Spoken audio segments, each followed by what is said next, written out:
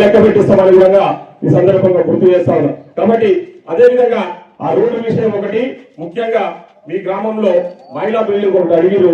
నేను మహిళా బిల్డింగ్ ఇక్కడ నుంచి మీకు చెప్తా ఉన్నా, మహిళా బిల్డింగ్ శాంక్షన్ చేస్తున్నాము, తొందరలోనే పనులు ప్రారంభిస్తాము.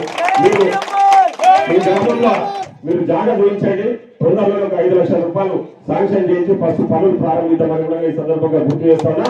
మీరు ప్లేస్ చూసి మీరు ఎక్కడైతే ప్లేస్ అవుతున్నా, అదేవిధంగా 11 kV వైర్ గురించి ఇప్పుడే నేను ఊర్లో తోడుకొస్తున్నప్పుడు నా దృష్టికి తీసుకొచ్చారు.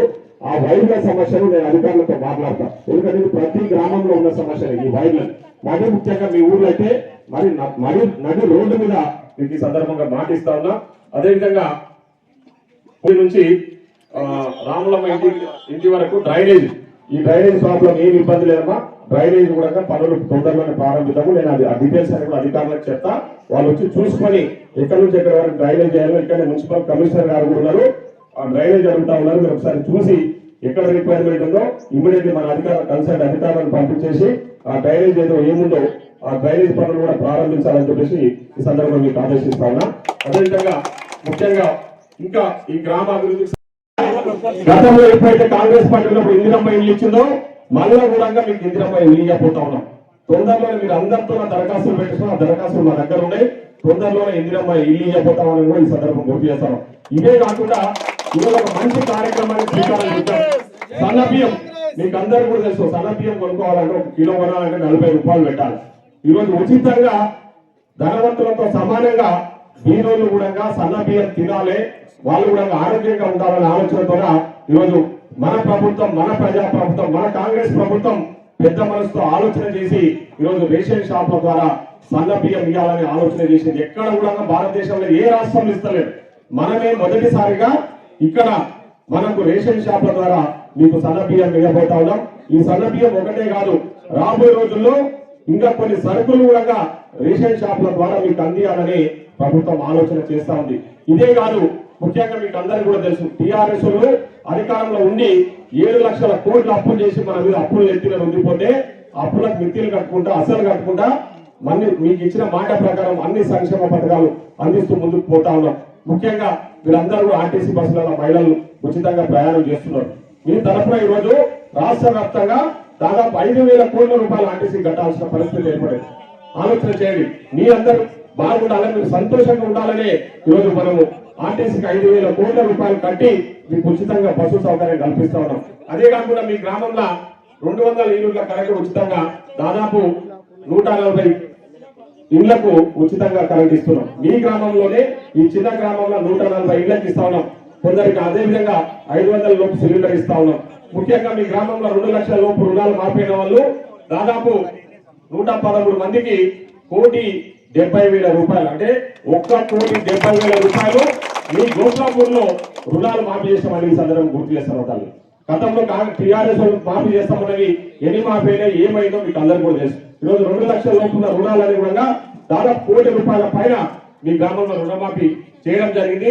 మన రైతు భరోసా కూడా ఇప్పటికే 424 మందికి 38 లక్షల రూపాయలు రైతు భరోసా కూడా ఇస్తాం. సో ఇవన్నీ కూడా చేస్తా ఉన్నాం. ఇందిరమ్మ ఇల్లు కూడా మీకు మాట ఇస్తున్నాం. వారం 10 రోజులలో ఎవరికైతే ఇల్లు లేవు, నిజంగా ఇల్లు లేని వాళ్ళు ఎవరైతే ఉన్నారో మా దగ్గర లిస్ట్ ఉంది, వాళ్ళకు తప్పకుండా ఇందిరమ్మ ఇల్లు ఇవ్వబోతామన్నా కూడా ఈ సందర్భంగా గుర్తు చేస్తాను. ఇవే కాదు, ముఖ్యంగా మీకు ఈరోజు రేషన్ కార్డులు గతంలో 10 సంవత్సరాలు రేషన్ కార్డులు ఇవ్వలే. కనీసము మన ఇంట్లో ఉన్న ఫ్యామిలీ మెంబర్లు అంటే జమ చేయడానికి మాట ఇచ్చిన ప్రకారం పనులు చేసుకుంటూ ముందుకు పోతాము. అక్కడ ఉన్నది మన పాలమూరు ముద్దు బిడ్డనే ఈరోజు ముఖ్యమంత్రిగా ఉన్నాడు. మన పాలమూరులో ఎక్కడైనా మాట ఇస్తే మాట తప్పమా? మనం పాలమూరు బిడ్డనే ముఖ్యమంత్రిగా ఉన్నాడు కాబట్టి ఆ మాట కోసమే ప్రతిరోజు కష్టపడతా ఉన్నాడు. ప్రతిరోజు ఒక్క రోజు కూడా రెస్ట్ తీసుకోకుండా ఈరోజు మనకి ఇచ్చిన మాట ప్రకారం మన ప్రజలకు మాట ఇచ్చిన ఆ మాట నిలబెట్టుకోవాలి, ఈ రాష్ట్రాన్ని అభివృద్ధి పదంలోకి తీసుకెళ్లాలి, ప్రజలందరికీ కూడా మనం మంచిగా చూడాలనే ఆలోచనతోనే ఈరోజు కష్టపడతా ఉన్నాడు. వాళ్ళలాగా అవకాశం వచ్చింది కాదని చెప్పేసి అడ్డగోలకు దోసుకొని పోయి ఫామ్ హౌస్లలో వండుకోవట్లేమా? మీకు తెలుసు కేసీఆర్ గారు ఏడుంటున్నారు, ఎవరిని అడిగా ఏడుంటారు, ఆయన ఫామ్ హౌస్ లో వండుకుంటారు సార్. ఇప్పుడు కూడా ఫామ్ హౌస్ లో ఉన్నాడు. ఆయన గెలిపించిండు, ఆయన ఎమ్మెల్యే గెలిచిండు, ఆయన పార్టీ ఓడిపోయింది, ఆయన ప్రతిపక్షంలో ఉన్నాడు. ప్రజల గురించి ఎప్పుడైనా ఒక్కదారైనా బయటకు వచ్చి ఆలోచన చేసినా ఆఫీస్ లో కూర్చొని ఆయన ఫామ్ హౌస్ లో కూర్చొని మాట్లాడుతున్నాడు. కాంగ్రెస్ అయిపోయింది, కాంగ్రెస్ ఏం చేస్తలేదు. కాంగ్రెస్ చేస్తున్న పనులు ప్రజలకు తెలుసు. ఈరోజు కాంగ్రెస్ మేము వచ్చిన ఈ 15 నెలల కాలంలో ఏమేం చేసినాం అన్నది ప్రజలకు తెలుసు. ప్రజలు సంతోషం వ్యక్తం చేస్తా ఉన్నారు. ఈరోజు సన్నబియ్యం ఎవరైనా ఇచ్చిన సన్నబియ్యం ఈ 10 ఏళ్ల కాలంలో సన్నబియ్యం ఎవరైనా ఇచ్చినావా? మా ప్రజలకు, మా పిల్లలకు ఉద్యోగాలు ఇచ్చినావా? మా పిల్లలకు ఉద్యోగాలు ఇచ్చినామని అడుగుతా ఉన్నా. తెలంగాణ ఏర్పడితే మా పిల్లల బతుకులు బాగుపడతాయని చెప్పేసి తెలంగాణ ఉద్యమంలో పాల్గొని తెలంగాణ రాష్ట్రాన్ని తెచ్చుకొని మీకు అధికారం అప్పచెప్తే ఎక్కడ దొరికితే అక్కడ పందికొక్కులా దోసుకొని ఒక్కొక్కటి 100 కోట్లు సంపాదించుకున్నారు తప్ప మా ప్రజల గురించి పట్టించుకోలే, మా పిల్లలకు ఉద్యోగాలు లేదు. ఈరోజు మనం వచ్చిన ఈ 15 నెలల కాలంలో 57,000 కోట్ల ఉద్యోగాలు ఇచ్చినాం. పిల్లలకు ఉద్యోగాలు ఇచ్చినాం. టీచర్లను రిక్రూట్మెంట్ చేసినాం. స్కూళ్ళలో, గవర్నమెంట్ స్కూళ్ళలో కూడా చిన్న చిన్న పనులు కూడా చేయలే. ఈరోజు అన్ని పనులు చేయించి గవర్నమెంట్ స్కూళ్ళలో కూడా మంచి విద్య అందించాలని ఆలోచన చేసుకుంటూ ముందుకు పోతా ఉన్నాం. ఈరోజు ముఖ్యంగా యువకులకు ఉద్యోగాలు లేక ఇబ్బందులు పడతా ఉన్నారన్న ఆలోచనతోనే రాజీవ్ యువ వికాసం తీసుకొచ్చేసి మన పిల్లలకు కూడా 50,000 నుంచి 4,000 వరకు, 4 లక్షల వరకు ప్రభుత్వమే లోన్లు ఇప్పించి, సబ్సిడీ లోన్లు ఇప్పించి వాళ్ళ కాళ్ళ మీద వాళ్ళు నిలబడి వాళ్ళ తల్లిదండ్రులను కూడా మంచిగా చూసుకోవాలనే ఆలోచనతో ఈ రాజీవ్ యువ వికాసం పథకాన్ని తీసుకొచ్చిన ఈరోజు రాజీవ్ యువ వికాసం ద్వారా మీరందరూ కూడా మన గ్రామాల్లో ఉన్న యువకులందరూ కూడా దాన్ని ఉపయోగించుకొని దాని అప్లికేషన్ పెట్టుకొని రేపు 14వ తారీఖు వరకు టైం ఇచ్చారు. దాని తర్వాత ఎవరెవరికి ఆ పథకం వర్తిస్తుందో అధికారులు నిర్ణయం చేస్తారు. తప్పకుండా ఆ పథకము ప్రతి గ్రామంలో మినిమం 20 నుంచి 30 మంది యువకులకు అవకాశం కల్పిస్తాము.